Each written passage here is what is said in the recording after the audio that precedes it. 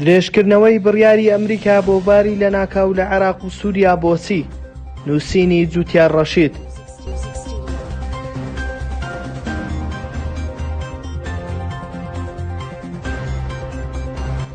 ئەمریکا لە دوای داگیرکردنی عێراق لە 2003 بەپێی بڕیاری جێبەجێکردنی ژمارە 13303 بە واژۆی جۆرج دەبلیو بوش سەرۆکی ئەوسای ئەمریکا باری لە ناکاو بەسەر عێراقدا ڕاگەیەندرا.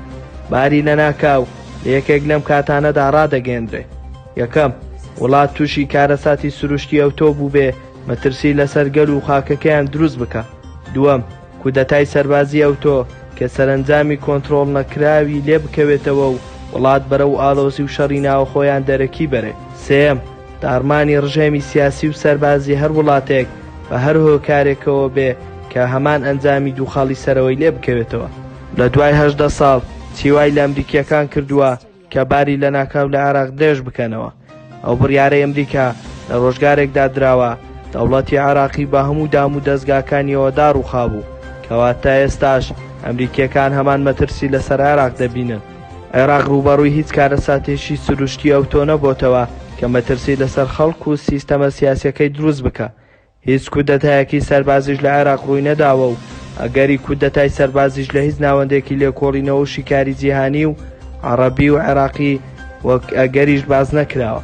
کەواتە تاکە ئەگەرێک کەوای لە ئەمریکیەکان کردووە بڕیارەکەیان درێژ بکەنەوە ئەگەری داڕوخانی سیستەمی سیاسی عێراق و لێکەوتەکانیەتی، یان لە باشترین ئەگەردا بڕیاری گۆڕانکاری ڕاستەقینەیان داوە لەو سیستەمەدا و ئەگەر عێراقیەکان خۆیان ئەوە نەکەن بۆی بەڕوونی لە ئامانجەکەی ئەمریکا بگەین. پەرەگرافێک لە نامەکەی جۆ بایدن کە بۆ ناسی بیلوسی سەرۆکی ئەنجومەنی نوێنەرانی ئەمریکا و کامالا هاریس سەرۆکی ئەنجومەنی پیران ناردووە دەقی وەرگێدراوی پەرەگرافەکە ئەمێ.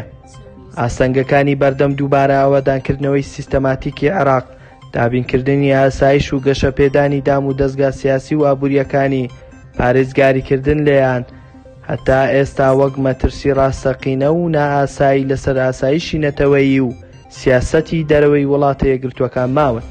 بە وردبوونەوە لە مانە سیاسیەکانی ناوەڕۆکی پەرەگرافەکە بۆمان دەردەکەوێت ئەوەی لە عێراق دەگوزارێت لە شێوازی بەڕێوەبردننی وڵات و وەڵابوونی سنوورەکانی بەڕووی ئێران و تورکیادا گەیوەتە مەترسی ڕاستەقینە لەسەر ئاسایشی نەتەوەیی و سیاسەتەکانی دەرەوەی ئەمریکا.